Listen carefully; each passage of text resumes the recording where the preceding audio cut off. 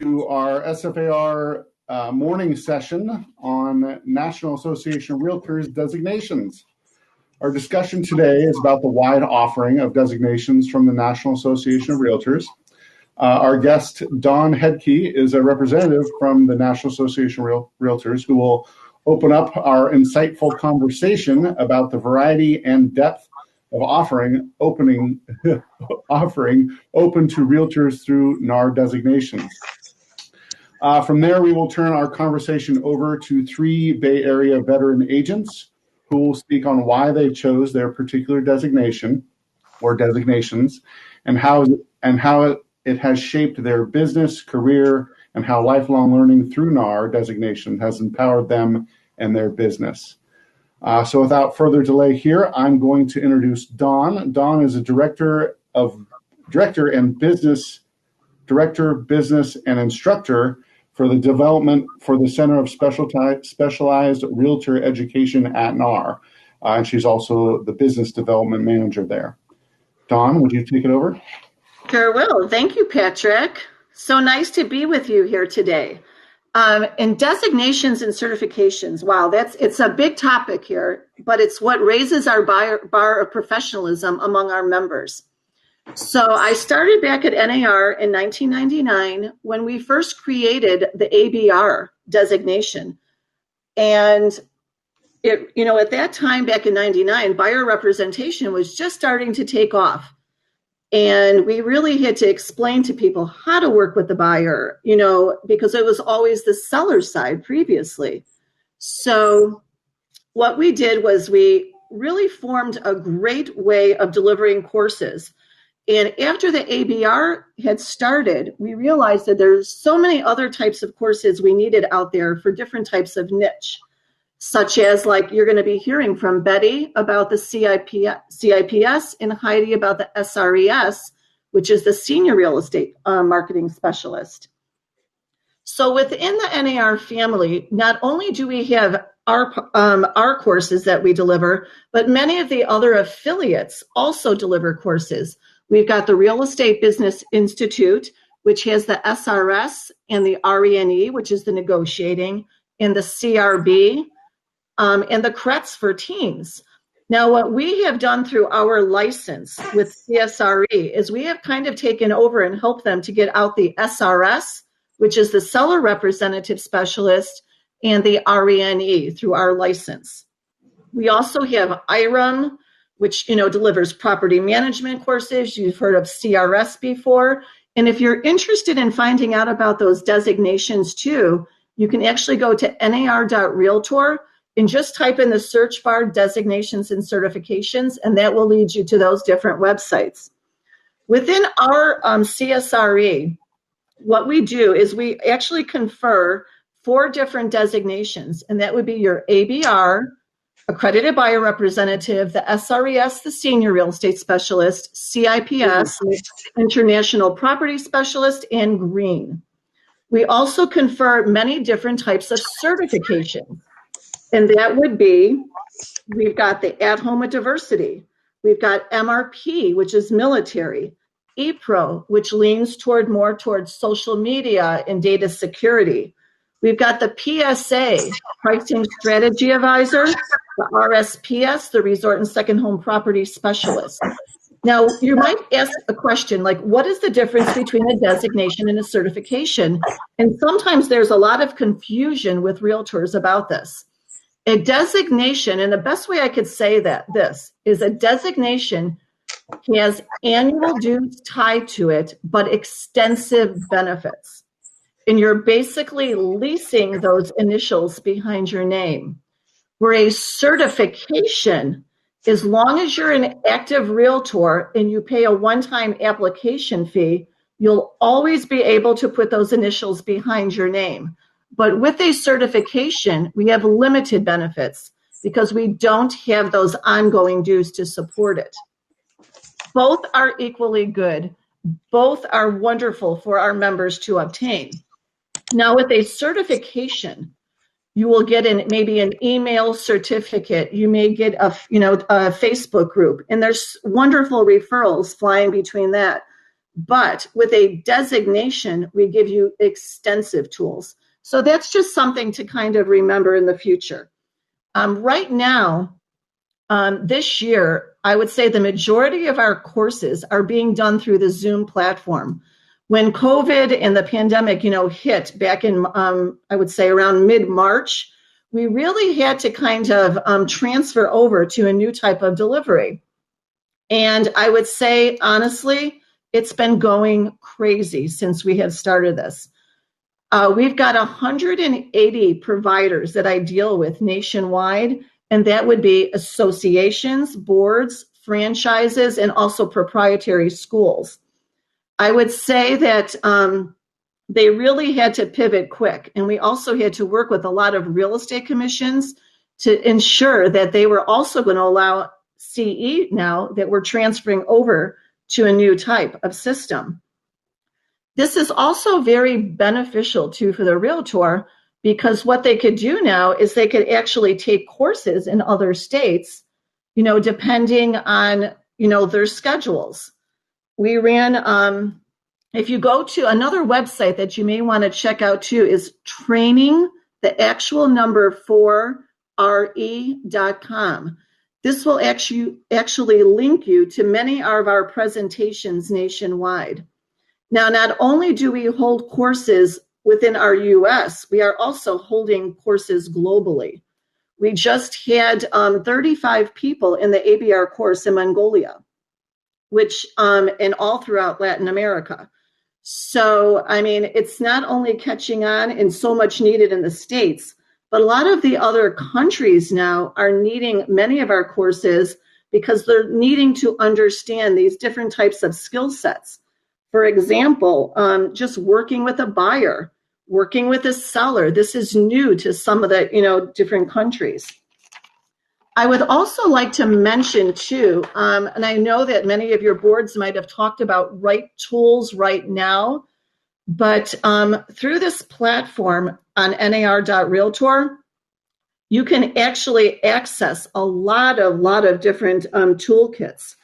If you go to Right Tools right now, under the digital transaction and marketing tools, you could actually pull up different webinars which will help you. It'll be for something like our military, are working with our resort, working with our buyers and seniors. And these little webinars that we have provided free of charge will actually help give you a little glimpse of what these courses are about. And like I had mentioned, at trainingforre.com, you can actually obtain all the different courses nationwide. Now, if you're going to be doing a course virtually, always please make sure to see if it's going to give you CE in your state, because that is something that you definitely have to be careful with, because every real estate commission, it varies state to state. You will just have to check with California. But although I know California has a lot of virtual courses going on right now, I would say that some of the most popular courses this year have been our At Home with Diversity certification. We actually rolled out our new material in May, and we offered it through Right Tools right now. We put over 1,000 students through, and I know the California Association put hundreds through also. But this is a certification that is definitely needed right now. The material is wonderful. So if you have not taken it, you could take it through our online delivery system at half price through December 31st. We're offering that discount through Right Tools right now, but I'm sure within your own state or nationwide, you could also hop into one of those Zoom courses. Another very popular course this year has been the Pricing Strategy Advisor, Mastering the CMA. Right now, too, the Short Sales and Foreclosure Resource Certification has become very popular, and we've actually put thousands through that course. We're not saying that because of the pandemic that this is something that will definitely happen, but I think a lot of realtors are just kind of gearing up and being prepared in case they may need this type of education in the future. When you go to Training for RE, you can search courses by topic, and you can actually search courses by state, also by certification and designation. We try to update our courses on a 2-year cycle so that you are always receiving the most relevant information. If you have already taken a designation or certification course and you have done it a few years ago, I would urge you to perhaps, if you've got that certification or designation, take it again, because things are changing so fast in our industry that this way you can get the most up-to-date information. And many times you can get an audit fee if you're taking this course through a classroom or virtual setting. Like I said, things are changing so fast within this industry. I think it's really important to keep up with our professional development. It helps us to be a better realtor, and in the end, the consumer wins. I myself have gone through the At Home with Diversity course, the ABR this year. I already have my CIPS designation, which is a phenomenal designation, how to work with different buyers who are coming into your marketplace. And Betty's going to go a little bit into that actual designation and kind of explain to you how it's helped her in her business. I think that just about wraps it up for me. I've been kind of going on and on, but I'm always here to help you if you need any help regarding a designation or certification or where to take it. We've got wonderful instructors nationwide who go through a lot of training, and they are the best in the field. So they are always happy to share with you the things that has worked for them in the industry. It's not only, like I mentioned, it's not only good for a new realtor who's coming into the business. Many of our seasoned realtors have gotten so much out of these different designation and certification courses. So now I'm going to turn the baton over to Betty so that she can tell you a little bit about the CIPS designation. Thank you so much. Thank you, Dawn, for the introduction and for your wonderful comments. Good morning, everyone. It's a pleasure to share with you some information about the CIPS, or Certified International Property Specialist designation. And it is one of my favorites. So, in fact, it is my favorite. How did I even think about this? Well, first of all, just so you know a little bit about me, I always would attend CAR meetings. I've been a director and very involved in organized real estate. So I would attend all of the NAR meetings, whether I was a director or not. I would just go on my own. And I met people and learned about the Certified International Property Specialist designation. I went to the global committee meetings as an observer and so forth. So that really piqued my interest. And I believe very strongly as a real estate professional that we need to keep learning throughout our career. We don't just stop learning when we get our license, and that benefits our consumers, period. I mean, that's the whole thing. It's kind of like, if you're in real estate, you have to be in politics. If you're in real estate, you have to continue your education. I was very impressed with the classes that were discussed and so forth. So I said, I'm going to go for this. And also, we have to remember, we live in San Francisco and the Bay Area, and the world comes to us. We are a gateway city. We need to know about what's happening and the people and the consumers that we're going to be helping with their real estate needs. We have an incredibly diverse community, which is fabulous. And what did I know about understanding the cultural differences, about the different countries and so forth? I traveled to different countries, but I still did not know a lot about how do you work with an individual or a family. And the other thing, just before I go on, is it's called CIPS. We don't say the word. We say CIPS. That's important. I don't even want to say it. So, don't say that SIPS word, okay? You're not supposed to say. Occasionally I catch myself, but We also, I felt that I would be shortchanging myself if I did not arm myself with as many tools in the toolbox that I have for my real estate career, and to be a global agent. Well, what does a global agent mean? It benefits my clients or consumers. Am I going to sell in another country? People will say, well, I'm not going to sell something in Mexico or whatever. No, I don't ever plan to do that. I don't have the knowledge base. But we are getting people in from those countries, and we need to know how to interrelate with the clientele. So it is an absolute value-packed course, 5 days, 2 core days, and then you can select 3 others. You can select countries and so forth. So at that time, I did receive my CIPS designation. Oh, I don't even know. It could be 15 years now. It's been a long time. And it was one of the best things I did. I went to Nevada. I went with another friend of mine from Southern California, and the people and the networking and the connections that I made there, I still have. I still see people from that course that I took. Instructors, as Dawn said, are fabulous. And you just make connections that you will have forever, which benefits me as an individual, but also it benefits my clients. I still have those 5 big books, binders, up in my upstairs office. And I do refer to them, not as often as I should, but I do. And the other part of that is just remembering that we are not isolated with just one client. We have to be aware. So how has it influenced my business? You might be asking yourself, do you think this is going to help you? Absolutely. There's probably not one class that you take that doesn't help you, even if you just gain one little piece of information. First of all, you get an immediate access to all of the business enhanced products and services that are available through your CIPS designation. They are amazing, and I will be the first to admit I don't use all of them, and I wish I had the time to do that.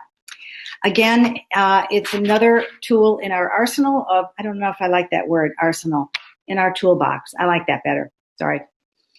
To help us become the best that we can be. We cast a wide net, and this is locally, statewide, and nationally. You can come to any of the meetings at the CAR. You can go to any of the NAR meetings. You do not have to be a director, and you can sit in on almost all of the committees and the classes. At the NAR meetings, they are absolutely phenomenal. They have a wonderful global council, which I actually was on a committee. You can be on a committee at NAR even if you're not a director. And that was invaluable, where I still connect with people that I've served on the committee with.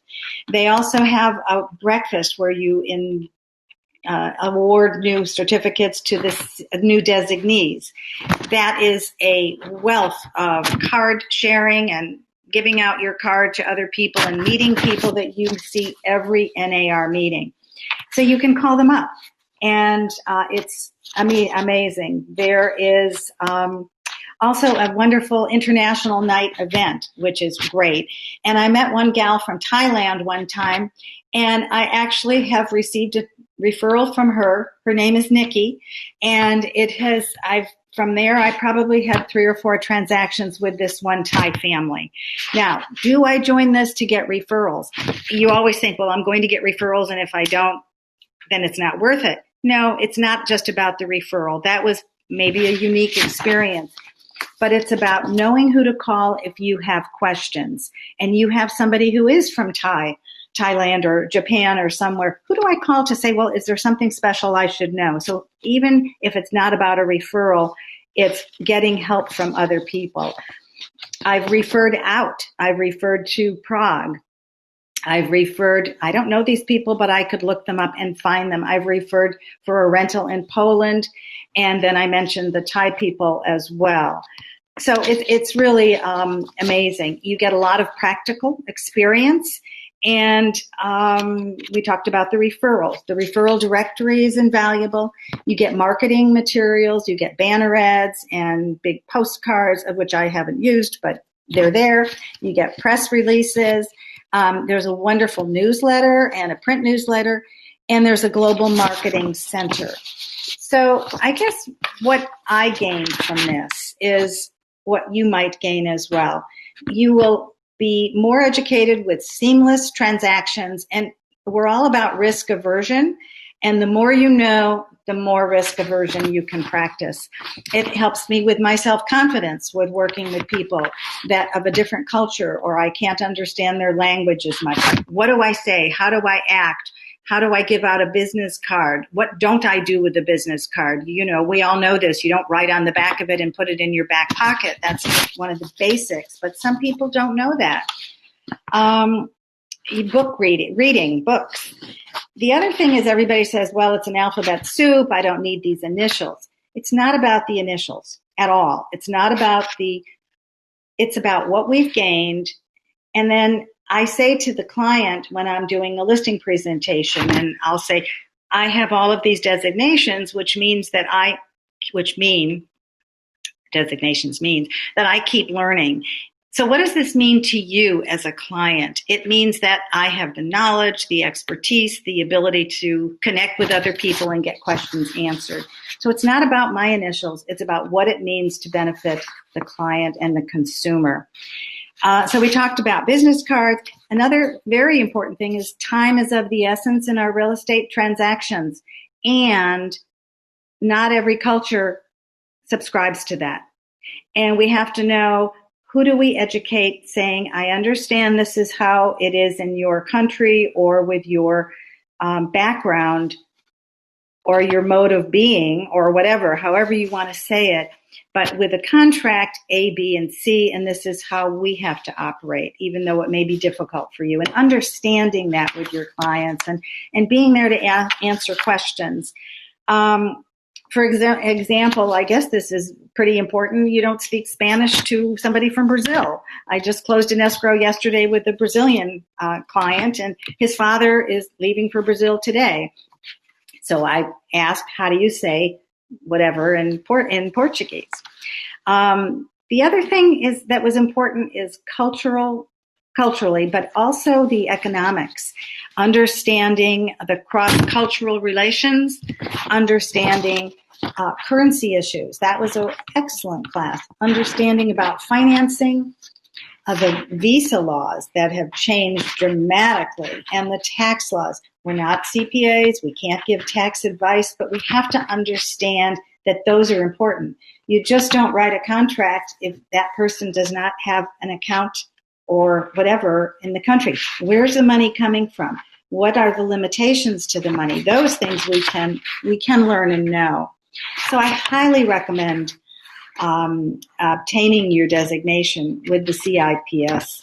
The bottom line is the CIPS designation is the only one recognized by NAR, the only international designation, recognized by NAR.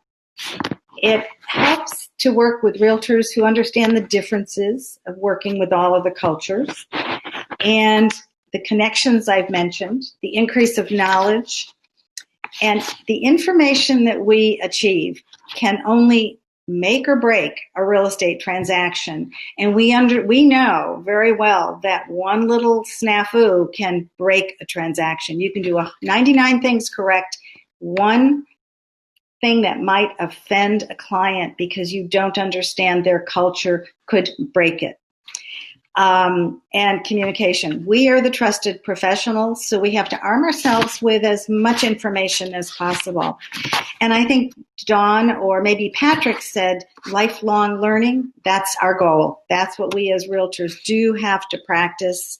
We are trusted professionals, as I said, and we are always here for self-improvement. And the bottom line is that it will benefit our consumer and clients, and they will be clients and consumers for life. So thank you for the opportunity, and I'm going to give it back to Patrick, who will then introduce the next speaker, and I'll be around for questions afterwards. Thank you. Thank you very much, Betty. Clearly, the CIPS, not SIPS, designation is rich. And for our next speaker, I want to introduce, I get my notes here, Heidi Mueller, who will be talking about SRES. I'm not going to call it stress. Wouldn't want to do that. But she's going to be talking about the senior designation and what realtors who are interested in that can get back from it. So without further ado, Heidi. Yeah, hi everybody. It's been quite a journey. I've been a long time in the business, and yesterday I was 30, and all of a sudden I'm a baby boomer. I can go into a Verizon and have a problem, and they say, "Did you turn it off?" So I didn't want to have that happen with my fellow baby boomers. And so because baby boomers as a group, we are ambitious, we are optimistic, we want things to happen, and we are hardworking, competitive, and we are forever young. So it really doesn't work to like put us into categories. So having seen that all of a sudden that there is a different way in the market to work with people, the baby boomer generation, which is about from 1946 to 64, somewhere there. And eight out of 10 Americans in that category own their home, and 2/3 of them are owning it free and clear. And then all of a sudden you wake up, you said, geez, I was 30, now I'm 60 something. And then what am I going to do with my life? And since we are realtors, we love to be part of people's decision making, be part of people's future, and part of exciting what for in that category of age may not be exciting for what you're looking at, what's going to happen now, And so I realized that I didn't have any much information about that. So I went to NAR. I looked at what is available to work with that age group and that those particular needs. And there was the SRES, and so I'm designated a senior real estate specialist. So what was amazing was in that course was that the resources that were there for people, not just the resources as far as you can go here, you can go there, but it defined generations, how generations are acting in life, and so I want to say what it does. It's for realtors who want to be able to meet the special needs of maturing Americans when selling, buying, relocating, or refinancing residential and investment properties. So it was just such an eye-opener for me to see that there are so many things. And see, if you are, let's say, 65 and you have to look at what am I going to do for the rest of my life, it isn't like, oh, I'm going to move up, I'm going to have kids, and it's like, what am I going to do?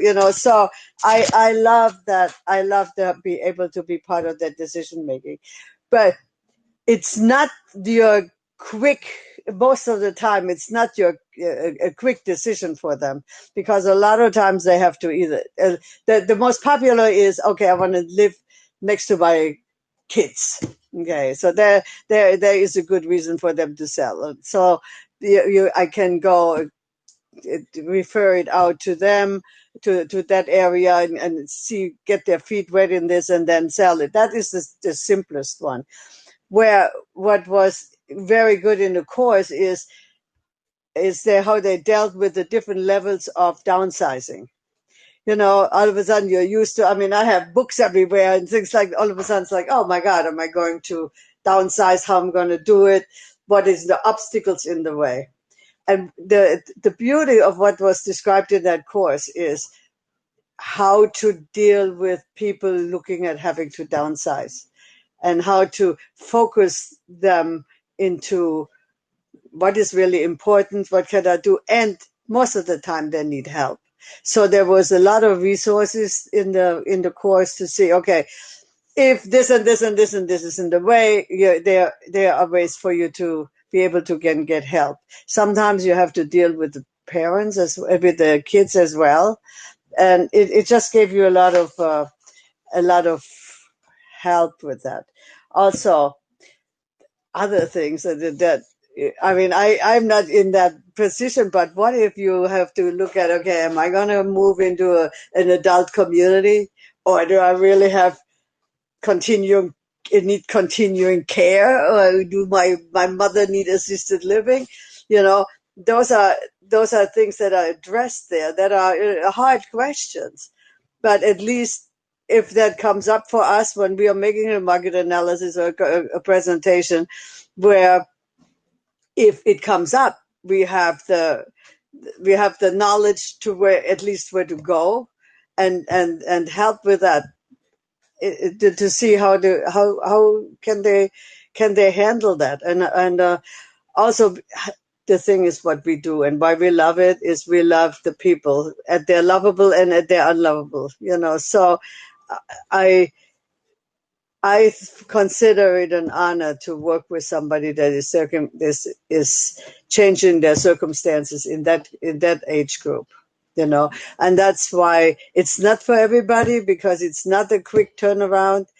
A lot of times it takes its time, and they have to think about it, and they have to confront stuff. And if you have I have a big heart. I help them do it and figure it out, to how to deal with it, and so that has been very helpful. And not everything. If you come from, I've been doing it so long, one deal is not going to make or break me. So I'm going to be able to say, you know what, if you really want to age in place, these are your options available, and the course gives you also that. What would you do if you want to age in place? So it's not a sale, but you're going to contribute to the community, and so, or what's the pros and cons of a reverse mortgage? That was for me eye opener. I had an escrow, I had a listing, and I came there, and all his stuff were in his garage space, and I'm like, I don't understand it. So then, from then, I learned that in reverse mortgage, if you move out, you have to sell or pay off the loan. And so he was moving out. My furniture is in my garage, So, but it visualized for me, this is what reverse mortgages is. And so if I send somebody to a reverse mortgage, that is part of the things that say, hey, you know what? This is what's going to happen, And I think that it gives for us education in such a way that we can help people live a life they love in the future as well. And what we really, really love about real estate, to bring the love, the caring, the understanding, and the resources, that is really what it made it 32 years for me.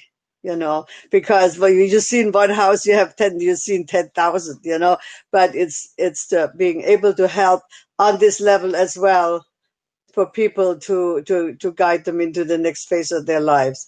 That is what that course keeps giving me. And they give me a newsletter every month or so with different ideas that also prompts me to say, oh yeah, the seniors.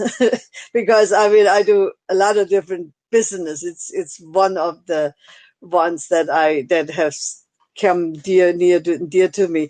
And also then you realize is what are people up to? Like I've sold 2 properties this year where these were 2 gay couples. One moved to France, one moved to Spain.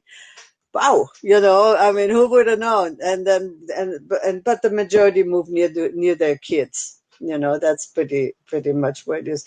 So it's a wonderful course. It's another segment of real estate that is beautiful, and you just have to keep in mind, baby boomers are forever young. Don't come with this senior baloney, okay? So that's it for me. Heidi, thank you so much. I think one point that you bring up that is really, I think the major message here is that when you go through a designation course, it really changes the lens by which you see the world around you. And it Exactly. really expands what is possible in real estate. So with that as a thought, something for us to mull on, I want to introduce our last speaker and guest today, Helen Chong. Helen is current president of CCIM, and she'll go into what that means and how the designation works. But just as a quick testimonial on CCIM, I am a CCIM member and have taken a CCIM course, and they are very comprehensive, and it's pretty amazing. So I'm going to go ahead and turn it over to Helen, and thanks for being here. Great. Thank you so much, Patrick. Good morning, everybody. Again, my name is Helen Chong, and I am the founder for Halen Group. And our company, primarily, we work on residential real estate all the way to commercial real estate. On the commercial real estate side, we specialize in the multifamily sector mainly. And as Patrick had mentioned earlier, I am the chapter president, the Northern California chapter president for this year and also 2021, just because we are so fortunate to be in this pandemic that I am now doing a 2-year term this time. But I do want to share a little bit regarding CCIM with you. So CCIM stands for Certified Commercial Investment Member. And as a residential agent myself, there was this, kind of like people assuming that because you're a residential agent, you don't know how to do commercial real estate transactions. Obviously, if you do know that residential and commercial real estate, they're very different. Even the clients that you're dealing with, they're very different. Residential, our clients are more emotional, but when it comes to dealing with commercial real estate clients, they are very analytical. And so you do have to be very analytic and also run a lot of numbers. Now, also in terms of commercial real estate, we all know that it is a very, very male-dominated industry. And the reason why I went ahead and started studying for the CCIM was because that I felt like being a female, being a minority, and also being a residential agent, most importantly, that commercial real estate industry wasn't really accepting who I was at the time. So in order to prove that I did understand how to do my analysis, I decided to look at CCIM designation. And I took the foundation class, which was just a 2-day class, and literally changed my life. And I hope that by introducing you guys to CCIM, maybe if you are interested in doing commercial real estate, please do take a look at our foundation class, which is just a 2-day course. And if you feel like this is really what would interest you, definitely move on to taking the core classes. Now, I brought one example of the book for one of the classes. It's pretty thick book, and this is just for one of the classes. So each core classes is 4 full day. And typically it's in a location, for example, here in the Bay Area, we go to San Francisco and we have 101 and 104. And each of these classes, again, is 4 full days from 8 a.m. all the way to 5 p.m. And you do have to pass the test in order to get the certification for each class. Each class costs about $1,300 to about $1,600, depends if you're a CCIM member or not. But our chapter, we do offer a scholarship, which give $1,000 off of your core class tuition. So it is actually, I took all my 4 core classes with scholarships. So I've been getting all these discounts for my classes. But I can tell you that even though it is very expensive, but it's so well worth it. For me, it took me about 4 years to complete. The main reason is that during those 4 years, I also had given birth to my second and third child at the time. So that's why it took me a little bit longer. But if you are very ambitious and very, you want to save time, I have seen people finishing all of their courses in 1 year. Of course, it does require a lot of flying everywhere. Besides the 4 core classes, you do have to also finish some of the elective classes. So it depends on the classes you're choosing. It could be 2 to 4 elective classes. So that's why the time spent on each, it takes so long. But I can tell you that by the time you finish each of the core classes, you usually will end the day with a headache because just so much information, your head's starting to expand. But it's a good feeling. It's absolutely a good feeling, and highly recommend anyone to do it. Now, how did this? Oh, by the way, so after you finish all the classes, that's not it. You besides that, the fact that you have to pass all of them, all the exams, you also need to fulfill this portfolio requirement. Depends on how many deals you're doing. Is generally we would say like either minimum of 10 deals within the last 5 years, commercial real estate deals, or a total of about $30 million worth of commercial real estate transactions. Then that qualifies you to take the final exam, which is being held twice a year, and it's about 6 hours long comprehensive exam. So it is not a very easy destination to get, but it's extremely fulfilling, and it's definitely worth some celebration. So typically after this comprehensive exam, you go out and celebrate. So now, how did this change my life is that I am still doing residential real estate, but I definitely have earned a lot of commercial real estate businesses. As soon as I mentioned that I do have a CSAM designation, which only 6% of commercial real estate agents hold this designation, we are pretty much in the running in terms of listing presentation. We've won $6 million contracts. We've won, as a matter of fact, just last week, I was bidding on a $7 million contract, and I am definitely in the final selection for the client. So I still don't know. I'm crossing my fingers, but I just want to, and also I have been doing transactions with other CSAM because I'm not a specialist in industrial lease, retail. So I started working with other commercial real estate agents on transactions. And I have to tell you that it has earned me so much business because of this destination.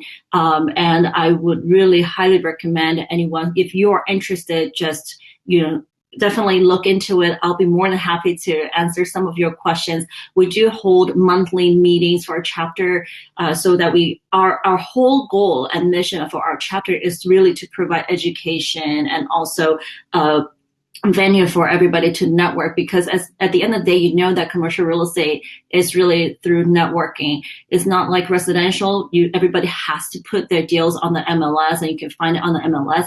A lot of times it's really through word of mouth and through connections. So if you have any questions at all regarding commercial real estate, I'll be more than happy to answer some of your questions.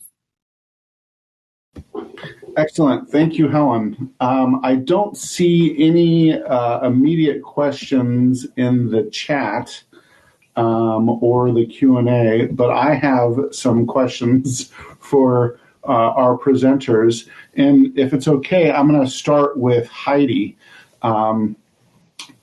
So when dealing with seniors as a kind of class of buyers and sellers, have you experienced a situation where what you've learned has helped protect these, potentially vulnerable class of clients? I know that there is a fair amount of reported elder abuse out there. Have you ever been involved in a situation where, what you learned helped advocate for a client in this situation? You were able to come out kind of on the other side as an advocate for them? Not really on that part, because that would be the children involved. In general, I have found when they call, they are in their own the decision making and deciding where to go. I think it's a different level if you deal with people that are one time actually somebody was trying to talk somebody into it, and I backed off of it because it's not right, but in general, I just try to caution, make sure that they know what they want. That's really where it's at. And if they are fragile like that, there's usually people there that are in charge with it. That's great that actually hasn't come up. Is that something that through SRES that that's something to be aware of? Is there training on how to identify that? That's right. Also, that's really right. And then if I saw it, I certainly would feel the responsibility to do something about it. Yeah. And I have found though that we are a hardy bunch in general, so and very a lot of them very self-confident as this age group, and they start early to think about it.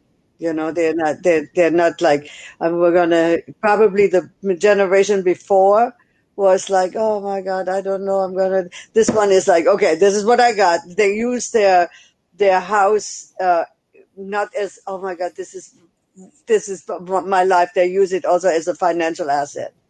And the designation, the course got me very aware of that it's not just a house where I raise the kids like that. I say, oh, how is it going to impact my retirement? How can I get the most out of it? Either aging in place or downsizing or moving somewhere else I've seen a lot where they move out of area, buy something all cash, have a couple of $100,000 left over and have a life they love there. That I think is a lot of times what happens. On the opposite end of that spectrum, it sounds like there are some headstrong, potentially, as you're saying, confident folks that you are dealing with in that area. And is there training through SERS in that regard of how to, I'm just curious on what it is that when you get those newsletters and prompts, like, what's behind the scenes there in regards to working with folks in that age group and that. I think they're coachable. Got it. I think that our generation is coachable. We're not that. We did not grow up thinking that our opinion is law in the universe. So I think I find them coachable, and and we're always doing the highest and best for them. So we're going to try to get them as much money as possible. And by and large, I have found them very realistic, about it.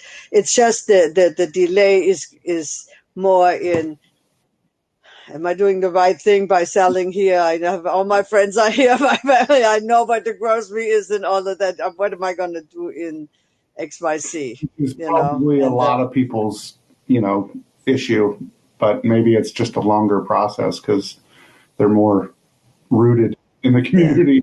Yeah, creating urgency is not the point there. You gotta go. No, it's like, okay, what do you want for your next 30 years?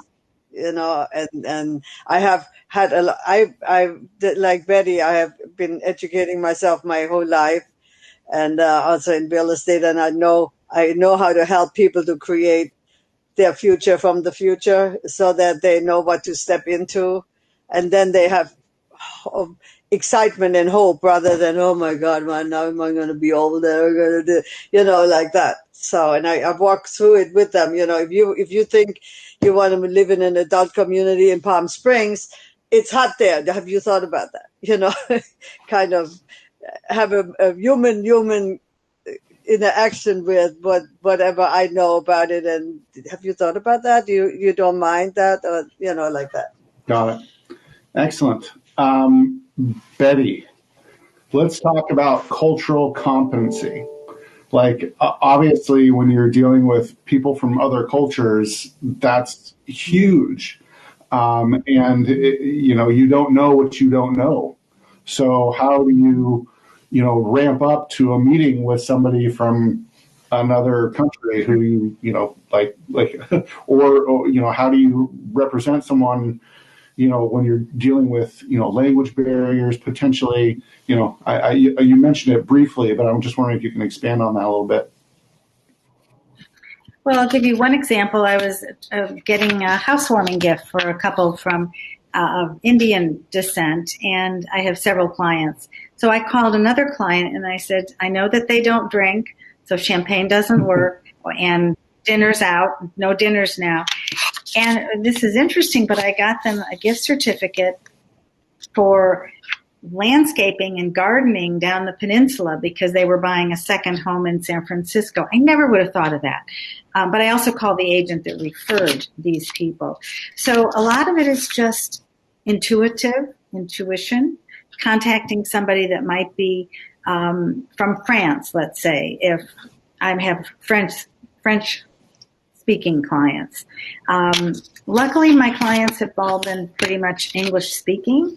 And so that helps. But a lot of it is just reading up on some of the books that have been recommended in the past. And if anybody wants, I can write it or let me know, and there's some very, very good books. The other thing I wanted to mention is that out of the over 1.4 million realtors in the United States, there's only 3,500 that have their CIPS designation. So it's a real, I won't say prestigious, but it's important that there's only a few, and the same with SRES. And it's not just one designation to have. I really recommend a lot of designations because my CRS was the first one I got as soon as I joined my company when I first became a realtor.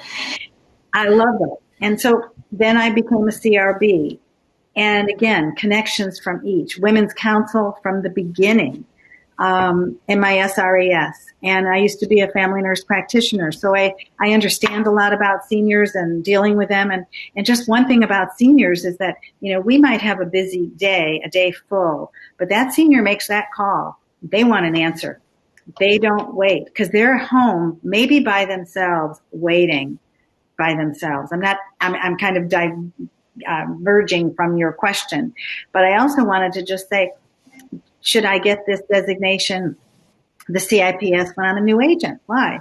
Well, there's an example that I know of a young man from Florida, 6 weeks in the business, and because he had the designation that he had, he was able to get a client and close immediately. And he was a brand newbie, shall we say, and people that have been in the business for a long time. It will help you with your business at any level. The money and the time. It's too much money. We have to invest in our business in order to grow. And if you don't invest in your business, you're not investing in yourself. And so the money should not even be a question. Thank you very much. While I've got Dawn on here still, who's back east, can you tell us kind of nationally what are the most popular designations? Well, let's see. I always say it's really good to start out with your buyer, your seller, your negotiating. I call that the trifecta. And then to move on to your other niche markets. Mm-hmm. It really depends on what your expertise is, too. Or do you live in a military section? The military. But remind, too, that it's not just if you're in a military section, you're working with veterans. People are moving in, all over. So I think military is a phenomenal one. The pricing strategy advisor, mastering the CMA, is a skill set that everybody needs. So that is one I would urge everyone to get. There's so many good ones. And like I said, it's not just putting initial behind your name. It's when you're working with that consumer, explaining what you have done to go above and beyond the average realtor. It's raising that bar of professionalism because in the end, who wins? It's the consumer because they're getting a better experience. And it raises our whole level of the realtor name.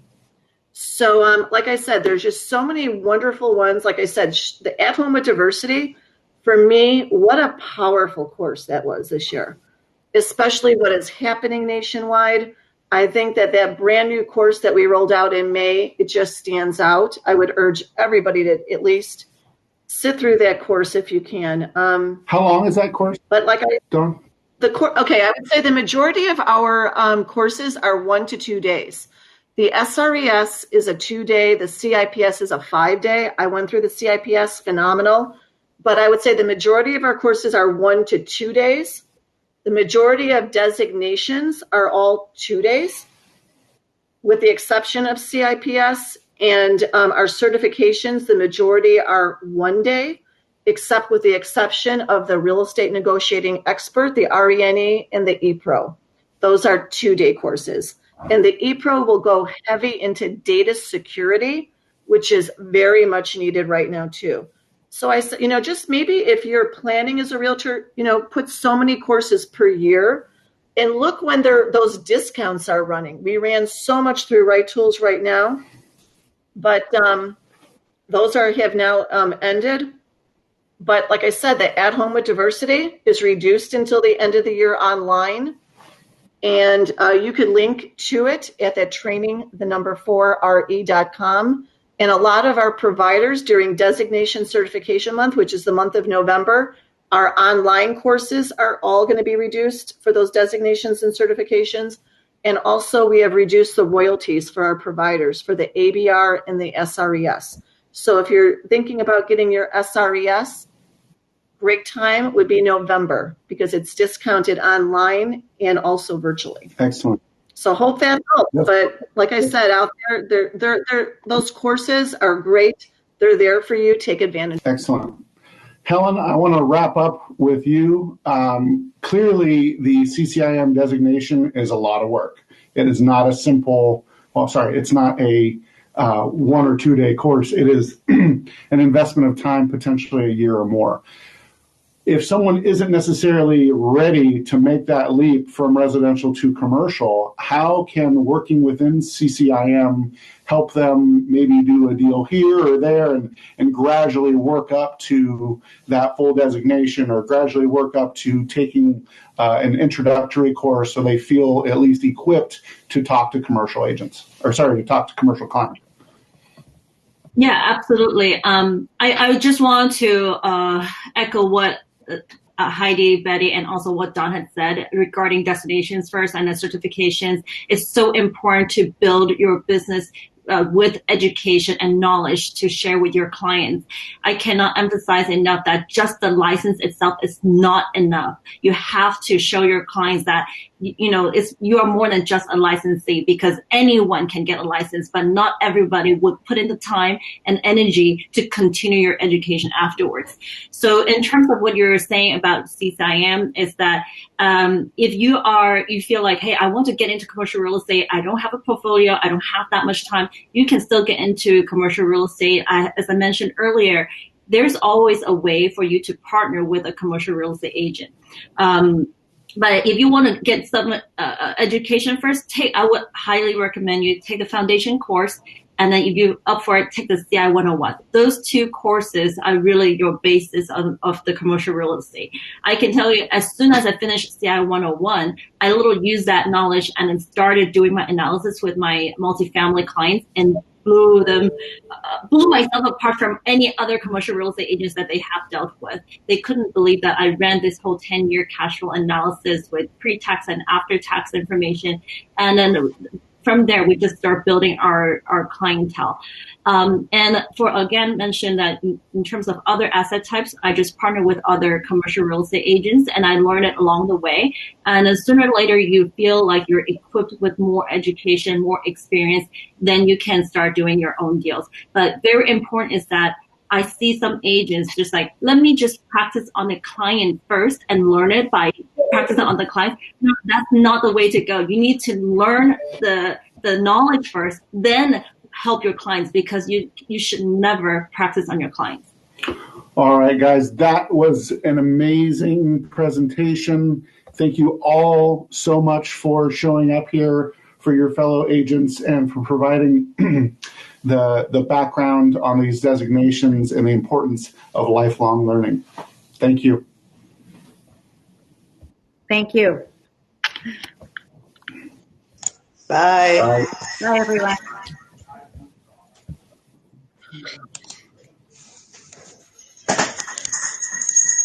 Thank you so much, Patrick. And thank you, Betty and Heidi. Thanks, Heidi. Thanks, Hi, Don. Thanks, Betty. Hi, Heidi. Thank you, Patrick. So how do we go back to the session? Go to home? I think so. Ellen, I think there's a couple questions for you. One about scholarships. You want to go into the chat? Yes. Asked about how she could get information on the scholarship. No, let me type in.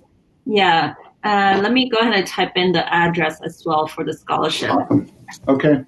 Thank you, guys. Okay, bye. Thank you, Patrick. Good job. So close the broadcast, yeah, right? Yeah.